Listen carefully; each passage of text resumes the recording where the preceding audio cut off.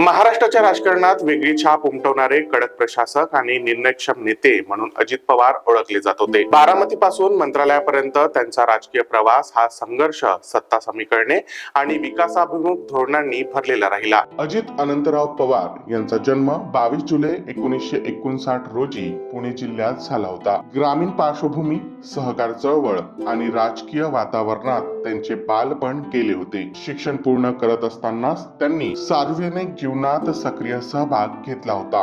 1991 साली त्यांनी बारामती विधानसभा मतदारसंघातून पहिल्यांदा आमदार म्हणून विजय मिळवला। त्यानंतर बारामती त्यांचा बालेकिल्ला ठरला।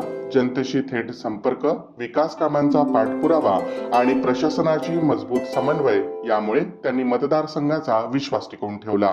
राजकीय कारकिर्दीत अजित पवार यांनी जलसंपदा, वित्त आणि नियोजन यासारख्या महत्वाची खाती सांभाळली। सिंचन प्रकल्प, धरणे, कालवे आणि ग्रामीण पायाभूत सुविधांवर त्यांनी विशेष भर दिला। निर्णय वेगाने घेणे आणि त्यांची तात्काळ अंमलबजावणी करून घेणे ही त्यांची ओळख बनली। ते अनेक वेळा महाराष्ट्राचे उपमुख्यमंत्री राहिले होते। राज्याच्या अर्थकारणावर आणि प्रशासकीय यंत्रणेवर त्यांची मजबूत पकड होती। अधिकाऱ्यांकडून वेळेत काम करून घेणारा नेता म्हणून त्यांची प्रतिमा होती। कडक शिस्त, थेट आदेश आणि परिणामाभिमुख कामकाज ही त्यांची कार्यपद्धती मानली जात होती।